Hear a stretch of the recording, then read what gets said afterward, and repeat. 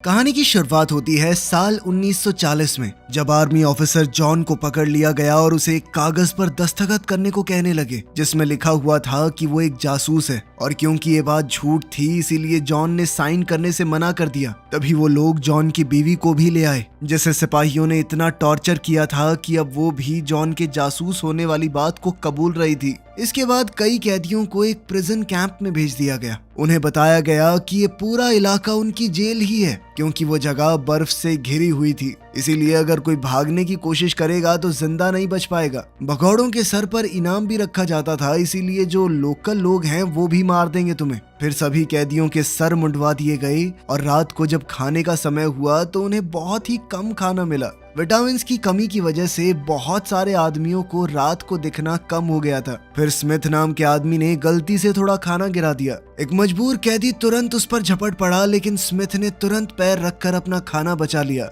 John को उस आदमी पर दया आई और उसे अपना खाना दे दिया। इस पर स्मिथ ने उसे कहा कि ज्यादा दयालु बनना भारी पड़ेगा, यहाँ पे लाडले जान चली जाएगी यहाँ पे। स्मिथ के वहां से जाने के बाद रॉय नाम के कैदी ने जॉन को बताया कि वो एक अमेरिकन है, सिर्फ इसी वजह से उसे पकड़ लिया, जेल में डाल दिया। जॉन ने बताया कि मुझे भी झूठे आरोप में फंसाया गया है भाई, जिस पर रॉय हंसते हुए बोला कि मैंने तो बस गलत मूवी में एक्टिंग कर ली, ये गुनाह है मेरा। फिर अंदर हम वाका नाम के कैदी को देखते हैं जो जुआ खेल रहा था। रॉय ने जॉन को उसके बारे में बताया कि एक खतरनाक बदमाश है। गार्ड्स वाका को कुछ भी करने से नहीं रोकते, इसीलिए सब लोग उससे डरते हैं। कुछ दूसरे कैदियों को गुलाम मजदूरों के तौर पर पकड़ा गया था। अब जॉन बात करने लगा कि भाई यहाँ से भागना हो तो क्या करें, लेकिन रॉय ने कहा कि नामुमकिन है भाई। उसने चेतावनी दी कि जिंदा नहीं बच पाएगा भाई। उसी वक्त वाका ने कैदी से उसकी स्वेटर मांगी। जब उस आदमी ने मना किया तो वाका ने चाकू निकाल कर उसे घोंप दिया। फिर एक दूसरे कैदी ने उसका स्वेटर उतार कर वाका को दे दिया,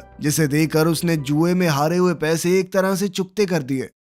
दिन बीतते गए और जॉन ने धीरे धीरे कैंप के तौर तरीकों में खुद को ढाल लिया। कैदियों को बर्फ में कोयला निकालने और लकड़ियां काटने का काम करना पड़ता, लेकिन उन्हें खाना बहुत कम दिया जाता और उनके सोने की जगह बिल्कुल भी गर्म नहीं थी। उन्हें नए कपड़े और जूते तक भी नहीं मिलते थे। एक रात जॉन को अपने कपड़ों में कुछ जुएं मिली और रॉय कहने लगा कि मेरे पास इसका एक पुराना घरेलू इलाज है। उसने जॉन से कहा कि आजा बाहर चल, पर तभी अचानक उन्हें एक धमाके की आवाज सुनाई दी। जल्द ही उन्हें समझ आया कि कोयले की खदान में धमाका हुआ है। जब रॉय उसके कपड़े को बर्फ में दबा रहा था तो जॉन टावर को देखकर भागने के बारे में सोच रहा था। रॉय ने बताया कि मेरा एक दोस्त है लाजर, वो हमें यहाँ से निकाल सकता है। जिसके बाद वो प्लान के बारे में बातचीत करने लगे और ये तय किया कि यहाँ से भागकर अगर वो साउथ की डायरेक्शन में जाते रहे तो मंगोलिया देश पहुंच जाएंगे। लेकिन इतने लंबे रास्ते के लिए उन्हें खाना इकट्ठा करना होगा और साथ ही ठंड कम होने का इंतजार भी, क्योंकि इस बर्फ में तो मारे जाएंगे। इसके बाद रॉय ने सिगरेट्स के बदले में खाना लेना शुरू किया, जिसे उसने लकड़ी के ढीले फर्श के नीचे छुपा दिया। जॉन ने दबाए हुए कपड़ों को चेक किया और देखा कि सारी जुएं वहीं जमा हो गई थी। कुछ समय बाद सिपाही कैदियों को काम पर ले जाने की कोशिश करने लगे, लेकिन तेज बर्फबारी आंधी की वजह से उनका चलना मुश्किल होने लगा और कुछ आदमी गिरने लग गए। सिपाहियों ने कैदियों को थोड़ी देर के लिए लेटने दिया, ये कहते हुए कि हमें कोई परवाह नहीं है अगर तुम मर भी गए तो। जब स्मिथ ने शिकायत की तो उसके सर पर बंदूक तान दी गई, लेकिन वो गार्ड को नजरअंदाज करके जंगल की तरफ जाने लग गया। फिर सिपाही भी सभी कैदियों को जंगल के अंदर ले गए। कैदियों ने जल्दी से लकड़ियों को जोड़कर एक छोटा सा बसेरा बना लिया और वो स्मिथ को भी साथ शामिल होने को कहने लगे। अगले दिन सभी कैदियों में से स्मिथ और जॉन को कोयले के काम के लिए चुना गया। वहाँ उन्हें लगातार खांसी का सामना करना पड़ा, क्योंकि सांस लेना बहुत मुश्किल था। ऊपर से गुफा के अंदर कभी भी टूट फूट शुरू हो जाती। हवा की कमी की वजह से जॉन गिर पड़ा और उसे ऐसा लगने लगा जैसे वो अपने घर पहुंच गया हो। वो अपने भ्रम में अपने घर की तरफ बढ़ने लगा कि तभी एक गार्ड उसे गोली मारने को पूरी तरह तैयार था। खुशकिस्मती से स्मिथ ने उसे समय पर वापस खींच लिया। उसका शुक्रिया अदा करते हुए जॉन ने उसे अपने भागने के प्लान के बारे में बताया, लेकिन स्मिथ ने कहा कि रॉय तो सालों से लोगों को पागल बना रहा है, जो भी नया कैदी आता है उसके साथ ऐसा ही करता है वो। फिर भी जॉन भागने की जिद पर अड़ा रहा और स्मिथ उसके साथ चलने के लिए तैयार हो गया। उस रात जॉन रॉय को बिस्तर से खींचकर बाहर ले आया ताकि उसे दिखा सके कि आंधी इतनी तेज है कि उनके पैरों के निशान ढक जाएंगे, इसीलिए उन्हें अभी निकल जाना चाहिए। लेकिन रॉय जिद करने लगा कि ये मुमकिन नहीं है और खाना कम होने के बहाने देने लगा। इस पर जॉन सोच में पड़ गया कि ये आदमी मुझे पागल तो नहीं बना रहा। लेकिन उसी वक्त वाका ने दोनों को देख लिया तो वो वापस अंदर चले गए। इसी बीच आंद्रेस को पता चल गया कि काजिक नाम का एक कैदी अपनी रात को ना दिखने वाली बीमारी को छुपा रहा है। इस पर काजिक कसम खाने लगा कि दिन में उसे बिल्कुल ठीक दिखता है। रात को भाई तेरा कंधा पकड़ के चल लूंगा ना, क्या हो गया। उसने आंद्रेस से अपने प्लान को छुपाने की गुजारिश की ताकि वो भी इस प्लान का हिस्सा बना रहे। इसी दौरान स्मिथ ने अपनी सोने की घड़ी लाजर को दे दी ताकि वो उसी में भागने की जानकारी ले सके। फिर लाजर ने बताया कि उन्हें भागने के लिए जनरेटर बंद करना होगा, जिससे उन्हें 10 मिनट का घप अंधेरा मिलेगा और उन्हें भागने में बहुत आसानी हो जाएगी। ये काम तब करना होगा जब फौजियों की शिफ्ट बदलती है। जब वो लोग सही समय का इंतजार कर रहे थे तभी वाका ने अचानक से जॉन पर झपट्टा मार दिया और उसकी गर्दन पर चाकू रखकर कहा कि मुझ पर जुआरियों का बहुत कर्ज है, इसीलिए वो भी यहाँ से भागना चाहता है। जॉन की गर्दन पे चाकू था, वो इस हालत में नहीं था कि मना कर पाए, तो भाई को मानना ही पड़ा। जैसे ही भागने का समय आया तो कैदियों ने जनरेटर बंद कर दिया और तारों को काट कर भाग गए। अलार्म तुरंत बज गया, लेकिन आंधी की वजह से गार्ड्स को कुछ भी दिखाई नहीं दिया और ना ही उनके पैरों के निशान बचे। वो अपने कुत्तों के साथ जंगल में घुस गए, इस उम्मीद के साथ कि उनकी नाक भगौड़ों को ढूंढ ही लेगी। 7 कैदी जंगल में जितना हो सके उतना तेज भाग रहे थे। थोड़ी ही देर में वो इतना थक गए कि आगे बढ़ना अब मुश्किल था। तब जॉन ने हाफते हुए उन्हें याद दिलाया कि कुत्ते बहुत तेज भागते हैं, हमें चलते रहना होगा। उन्होंने फिर से आगे बढ़ने की कोशिश की, लेकिन बर्फ उनकी आंखों को अंधा करने लग गई थी, इसीलिए अब वो छुपने की जगह ढूंढने लगे। जॉन ने रुकने से इनकार कर दिया क्योंकि उसका मानना था कि ये आंधी गार्ड्स को भी तो रोक रही होगी जैसे उन्हें रोक रही है। फिर उसने वाका का चाकू लिया और पेड़ों की छाल काटकर अपने लिए एक मास्क बना लिया, जिससे वो अपने चेहरे को बर्फ से बचा सकेंगे। अब वो बिना किसी दिक्कत के चल सकते थे। कुछ समय बाद जब आंधी रुकी तो वो लोग आराम करने के लिए एक जगह बैठ गए और उन्होंने अब अपना पूरा खाने का सामान इकट्ठा किया। तब जॉन ने देखा कि वाका ने रॉय की जैकेट पहनी हुई थी। तब वाका ने बताया कि रॉय लगभग हमें धोखा देने ही वाला था, लेकिन मैंने उसे चुप रहने पर मजबूर कर दिया और उसका जमा किया हुआ सारा खाना लेकर आया हूँ। फिर जब उन्होंने दोबारा सफर शुरू किया तो स्मिथ ने चुपके से जॉन से कहा कि वाका को साथ लेना शैतान से सौदा करने जैसा है। इसके बाद अचानक दूर से उन्हें चीखों की आवाज सुनाई देने लगी, लेकिन वो सिर्फ भेड़िए थे। दिन बीतने लगे और जॉन जैसे तैसे अपनी ट्रेनिंग का इस्तेमाल करते हुए धूप की दिशा को देखकर रास्ते का चुनाव करने लगा। ये सब देखकर वाका बहुत खुश हुआ। उसने जॉन से कहा कि कुछ भी हो भाई, मैं तेरा साथ दूंगा। ये लोग मेरे बारे में उल्टा फुल्टा बोलेंगे, तू सुनना मत।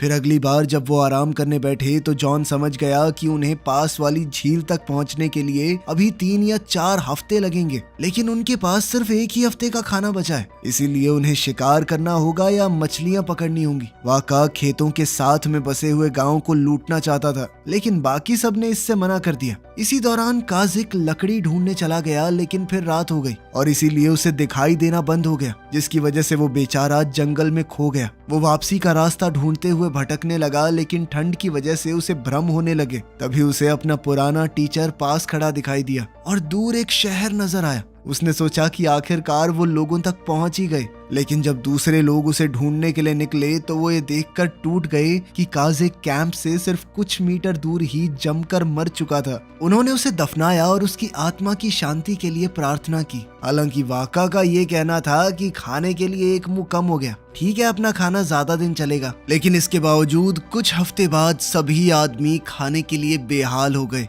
इतना कि वो जमीन से कीड़े और घोंसलों से अंडे पकड़ने लगे। उनके शरीर इतने थक चुके थे कि आगे बढ़ पाना बहुत मुश्किल था, इसीलिए उन्होंने एक गुफा में पनाह ली जहां टोमास ने होश में रहने के लिए दीवारों पर पेंटिंग बनानी शुरू की। एक रात वाका ने जॉन से पूछा कि इनमें से कौन सबसे पहले मरेगा। उसकी बातों से ऐसा लग रहा था कि अब वो अपने ही साथियों को खाने के लिए तैयार था। अचानक से उन्हें कुछ आवाज सुनाई दी और उन्होंने देखा कि कुछ भेड़िए एक मरे हुए जानवर को खा रहे थे। आदमी दौड़ते और चिल्लाते हुए लकड़ियां हिलाने लग गए, जब तक कि भेड़िए डरकर भाग नहीं गए वहां से। फिर जॉन ने देखा कि उसके सभी दोस्त इतने भूखे थे कि जानवरों की तरह उस जीव के शरीर को खाने लगे। इससे तंग आकर जॉन ने अकेले ही झील ढूंढने का फैसला किया और दूसरों से कहा कि अगर मैं 1 हफ्ते में वापस ना आऊं तो बिना मेरे ही सफर को जारी रखना। एक लंबा सफर तय करने और बारिश से बचने के बाद जॉन को फिर से भ्रम होने लग गया,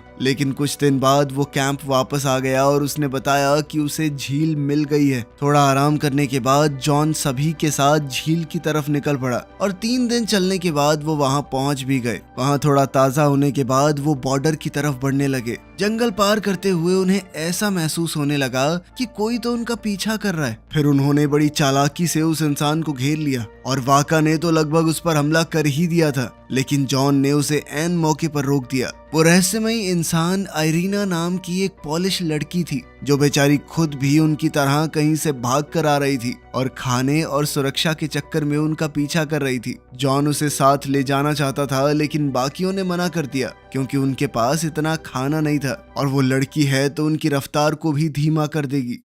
कुछ देर बाद उन्हें कीचड़ में फंसा हुआ एक जानवर मिला जो उनका रात का खाना बना, लेकिन आंद्रेयस पीछे कुछ देखकर झुंड से अलग हो गया और फिर शाम को वो आयरीना के साथ वापस आया। अगली सुबह उन्होंने कुछ चीजें मिलाकर एक साबुन बनाया और आखिरकार अपने कपड़े धो दिए। उन्होंने अच्छी तरह शेव भी की। हालांकि वाका ने उनकी मदद लेने से मना कर दिया और खुद ही अपनी दाढ़ी काटने लगा। कुछ समय बाद उन्हें पता चला कि झील का एक हिस्सा बर्फ से जमा हुआ है। बर्फ पतली और कमजोर लग रही थी, लेकिन आयरीना फिर भी उस पर दौड़कर दूसरी तरफ पहुंचने में कामयाब हो गई। ये देखकर बाकी सब भी उसके पीछे चले। वो तो कई बार फिसल कर गिरे भी, लेकिन खुशकिस्मती से सभी दूसरे पार तक पहुंच गए। अब जंगल से गुजरते हुए स्मिथ ने आयरीना से उसके अतीत के बारे में पूछा और वो बताने लगी कि रशियन सिपाहियों ने उसके माँ बाप को मार दिया था। लेकिन स्मिथ को उसकी इमोशनल कहानी में कुछ अजीब बातें लगी। कहीं ना कहीं वो समझ गया था कि ये लड़की झूठ बोल रही है, क्योंकि उसके एक्सेंट से पता चल रहा था कि वो जर्मन इलाके से है। फिलहाल के लिए उसने बात को जाने दिया, लेकिन आयरीना से कहा कि वादा करो कि तुम दोबारा झूठ नहीं बोलोगी। कुछ समय बाद उन्हें दूर एक कस्बा दिखाई दिया और उन्होंने खाना लेने के लिए चुपके से वहां घुसने का प्लान बनाया, लेकिन इसमें पहचाने जाने का बहुत बड़ा जोखिम था। अगर किसी भी तरीके से जेल तक ये बात फैल गई कि वो इस तरफ आए हैं तो उन्हें ढूंढना शुरू कर दिया जाएगा और वो लोग ये जोखिम नहीं उठा सकते। इसीलिए फैसला हुआ कि जंगल के रास्ते से घूमकर निकलेंगे। शाम को उन सब ने देखा कि वाका वहां से गायब है और सब सोचने लगे कि कहीं उसने हमें धोखा तो नहीं दे दिया। उसी पल वाका वापस आ गया और स्मिथ गुस्से में उस पर झपट पड़ा और उसे गालियां देने लगा। तभी वाका ने अपना बैग खोलकर मरे हुए जानवर दिखाए और कहा कि यार एक कुत्ते को भी मारना पड़ा, जीने का यही घिनौना रास्ता बचा है हमारे पास। वो एक चुराई हुई शराब की बोतल भी लाया था और कहने लगा कि आज मेरा बर्थडे है, चलो मनाते हैं। रात को खाने के दौरान वाका ने एक फोक सॉन्ग गाना शुरू किया और आयरीना भी उसके साथ गाने लगी, जिससे वाका को एहसास हुआ कि वो भी उसकी तरह सड़कों पर रही है। अब सबको पता चल चुका था कि आयरीना ने झूठ बोला था, इसीलिए आयरीना ने आखिरकार अपनी कहानी सुनाई। उसके माँ बाप दोनों जासूस थे। कुछ साल पहले उन्हें गिरफ्तार कर लिया गया और उनके बच्चों को अनाथ आश्रम भेज दिया गया। उस अनाथ आश्रम में जब मेरा भाई मर गया तो मैंने वहां से भागने का फैसला किया।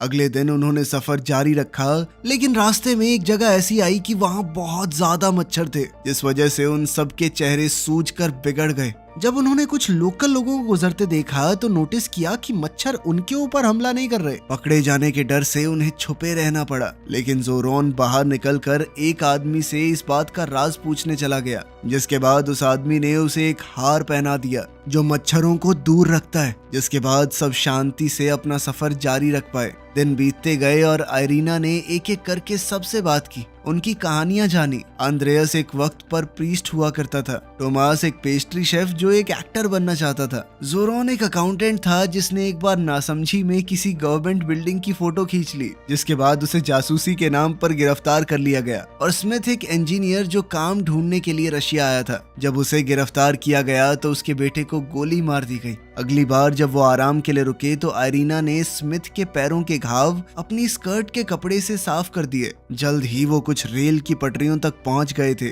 और जॉन ने हिसाब लगाया कि बॉर्डर तक पहुंचने में लगभग 4 दिन लगेंगे बस। इस इलाके में कई किसान और गार्ड हैं, इसीलिए उन्हें इस जगह को रात होने से पहले पार करना होगा। जब वो इंतजार कर रहे थे तो वाका अपने ताबीज को घूरता रहा। तभी जोरोन ने उसका किसी बात पर मजाक उड़ाया और वाका ने तुरंत उसके ऊपर हमला कर दिया, जिसके बाद बाकी लोगों को बीच बचाव करना पड़ा। कुछ घंटों बाद सब लोग खुश हो गए जब वो आखिरकार बॉर्डर पार करके मंगोलिया में घुस गए। लेकिन वाका ने कहा कि मैं रशिया में ही रहूंगा। उसने और जॉन ने अलग होने से पहले एक आखिरी बार हाथ मिलाया। अब बाकी सब रेगिस्तान से गुजरते हुए शहर की तरफ जा रहे थे। सब लोग बहुत खुश थे, लेकिन थोड़ी देर बाद माहौल फिर से खराब हो गया जब उन्होंने एक बोर्ड देखा जिस पर लिखा हुआ था कि मंगोलिया अब रशियन लोगों के कंट्रोल में है। अब बेचारों ने शहर जाने की बजाय रेगिस्तान में ही रुकने का फैसला किया। फिर उन्होंने एक बुद्धिस्ट मंदिर ढूंढा, ये सोचकर कि मॉन्क्स किसी तरह का भेदभाव नहीं करेंगे, और वो तुरंत अंदर चले गए। लेकिन वो जगह पूरी तरह तबाह हो चुकी थी। जमीन में दफन की हुई कई खोपड़ियां मिलने के बाद आंद्रियस ने बताया कि रशिया में भी यही हुआ था। पादरियों को गोली मार दी गई या गिरफ्तार कर लिया गया और धर्म पर हर तरह से बैन लगा दिया गया था। आंद्रियस के चर्च को भी इसी तरह तोड़ दिया गया था, और जब उसने चर्च को देखा तो गुस्से में आकर उसने एक जवान गार्ड को मार दिया था। सभी चर्चा करने लगी कि क्या किया जाए, और इस फैसले पर पहुंचे कि इंडिया में ही बचा जा सकता है, लेकिन वहां पहुंचने के लिए चाइना को पार करना होगा। अगले कुछ हफ्तों तक वो तपती धूप के नीचे रेगिस्तान में चलते रहे। एक दिन अचानक उन्हें कुछ घुड़सवारों ने घेर लिया, तो उन्होंने अपने आप को तिब्बत जा रहे अमेरिकन बताया। खुशकिस्मती से उन घुड़सवारों ने उन पर विश्वास कर लिया और बिना कुछ कहे वहां से चले गए। फिर कुछ देर बाद एक जवान घुड़सवार वापस आया, जिसे दूसरों ने उन्हें पानी देने के लिए भेजा था। दिन बीतते रहे और वो लोग धूप से बचने के लिए टहनियों और कपड़ों के टुकड़ों से अपने सर और पैर ढककर चलते रहे। उन्होंने पानी को बहुत संभाल कर इस्तेमाल किया, लेकिन फिर भी वो खत्म हो गया। तभी स्मिथ को कुछ दूर पेड़ दिखाई दिए, लेकिन जॉन ने उसे समझाया कि तुझे वहम हो रहा है, और उसने सबको दक्षिण की तरफ बढ़ते रहने को कहा। जब स्मिथ बहुत घबरा गया तो बाकी लोगों ने उसे शांत करते हुए उसका साथ देने का फैसला किया। कुछ देर चलने के बाद उन्होंने अपने ऊपर एक पक्षी को उड़ते हुए देखा, जिससे साबित हो गया कि स्मिथ को वहम नहीं हुआ था। सभी खुश होकर जितना तेज हो सके उतना तेज दौड़ने लगे, और आखिरकार उन्हें कुआं मिल गया। उन्होंने बहुत सारा पानी पिया और रात के लिए वहीं पर अपना कैंप भी लगाया। सुबह वो जितनी बोतलें और बर्तन भर सकते थे भर कर दक्षिण की तरफ चल पड़े। कुछ दिन बाद जब उनका सामना एक रेत के तूफान से हुआ तो सभी घबरा गए और एक नजदीकी खड्डे की तरफ भागने लगे। उन्होंने अपने आप को छुपा कर रखा जब तक कि तूफान गुजर न जाए। खुशकिस्मती से सभी बच गए, लेकिन उनका सारा पानी खो गया। आने वाले दिनों में आयरीन और तोमास बहुत बीमार हो गए, इसीलिए स्मिथ कुएं तक वापस जाने की बात करने लगा। लेकिन जॉन ने कहा कि पता कैसे लगाएं किस तरफ है वो कुआं। उनका सफर जारी रहा और वो लोग प्यास कम करने के लिए पत्थरों को चूसने लगे। अचानक आयरीन गिर पड़ी और बाकियों ने देखा कि उसके पैर सूज गए थे। उसने कहा कि वो उनके ऊपर बोझ नहीं बनना चाहती, लेकिन बाकी लोगों ने इंसानियत दिखाते हुए उसे छोड़ने से इनकार कर दिया। सभी ने चलना जारी रखा और जल्द ही आयरीन दोबारा गिर गई, लेकिन उसने तब भी आराम करने से मना कर दिया। इसके बाद आंद्रियस उसे उठाकर चलने लगा। कुछ घंटों के बाद आयरीन ने आंद्रियस से कहा कि उसे नीचे रख दे। उसने सबको एक आखिरी बार देखा और बेचारी मर गई। उन सब ने उसे रेत में दफनाया और उसके लिए प्रार्थना करने लगे। सभी ने एक बार फिर से सफर जारी रखा। हर गुजरते दिन के साथ उनके पैरों के घाव और खराब होते चले गए। तोमास उन सबका हौसला बनाए रखने के लिए सबके चित्र बनाने लगा और उसने एक मुस्कुराती हुई आयरीन की एक बहुत ही खूबसूरत पेंटिंग बनाई। लेकिन ये उसकी बनाई आखिरी पेंटिंग थी, क्योंकि इसके बाद वो भी मर गया। उसे भी वहीं दफन करके ग्रुप आगे बढ़ गया। कुछ दिन बाद जॉन ने दूर पहाड़ियां देखकर कहा कि पानी की खोज करने हमें वहां चलना चाहिए, मगर स्मिथ इतना थक चुका था कि वो बेचारा हिल भी नहीं पा रहा था। उसने कहा कि तुम मुझे छोड़ के चले जाओ। जॉन ने जोरॉन और आंद्रेयस को आगे भेजा, जबकि खुद वो स्मिथ के पास ही रुका रहा, जो कि गिर चुका था। शाम तक जॉन स्मिथ को घसीट कर दोस्तों के कैंप तक ले आया, लेकिन बदकिस्मती से उन्हें अभी तक पानी नहीं मिला था। अगली सुबह जोरॉन जाग गया जब उसे महसूस हुआ कि एक सांप उसकी टांगों के बीच से गुजर रहा है। उसने उस सांप का पीछा किया और एक छोटा सा पानी का गड्ढा ढूंढ लिया। आदमियों ने झुककर पानी पिया और कुछ पानी स्मिथ के मुंह में भी डाल दिया,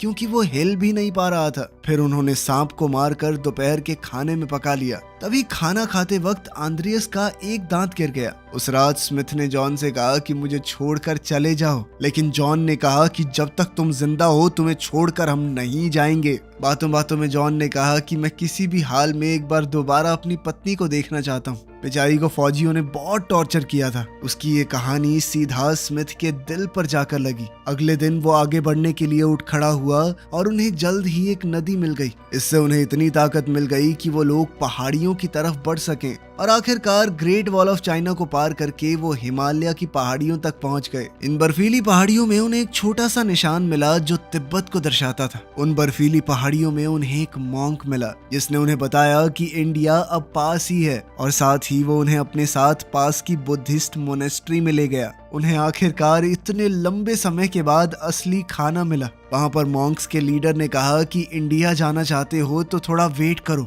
ठंड को जाने दो, बर्फीले तूफान में बच नहीं पाओगे। सोने से पहले जॉन ने कहा कि हमें निकलना चाहिए, इंडिया में ही हम सुरक्षित रहेंगे। लेकिन बाकी लोग मॉन्क्स की बात से सहमत थे, वो यहीं पर रुकना चाहते थे। फिर वो अपने भविष्य के बारे में बात करने लगे। आंद्रेयस जर्मनी और रशिया के खिलाफ लड़ाई में शामिल होना चाहता था। जोरॉन चाहता था कि मैं टोमास की बनाई हुई तस्वीरें न्यूज़पेपर में छपवाऊं, मैं दुनिया को हमारी कहानी के बारे में बताना चाहता हूँ। वहीं बेचारा जॉन पोलैंड वापस तो जा नहीं सकता था, इसीलिए वो तो बस चलते रहना चाहता था। वहीं स्मिथ अपने घर अमेरिका वापस जाना चाहता था। उसने कहा कि मैं चाइना की तरफ जाऊंगा। मॉन्क्स ने वादा किया था कि हमारा एक कॉन्टैक्ट है, हम तुम्हें अमेरिका भेज सकते हैं। अगली सुबह जॉन ने अकेले ही आगे बढ़ने का फैसला किया। जब जोरॉन और आंद्रियस ने उसे देखा तो वो स्मिथ को आखिरी अलविदा कहकर अपने दोस्त के पीछे निकल पड़े। कुछ समय बाद तीनों आखिरकार इंडिया पहुंच गए थे। भारत के लोगों ने उनका बहुत प्यार से स्वागत किया और मदद भी की। अगले 50 सालों तक जॉन का कोई एक ठिकाना नहीं रहा, लेकिन फिर आखिरकार पोलैंड आजाद हुआ। जॉन ने अपना पुराना घर ढूंढा और छुपी हुई चाबी से दरवाजा खोला। अंदर जाते ही वो खुशी से भर गया क्योंकि उसकी पत्नी उसका इंतजार कर रही थी। तो कैसी लगी ये खूबसूरत कहानी कमेंट्स में जरूर बताना। मिलते हैं अगली वीडियो में।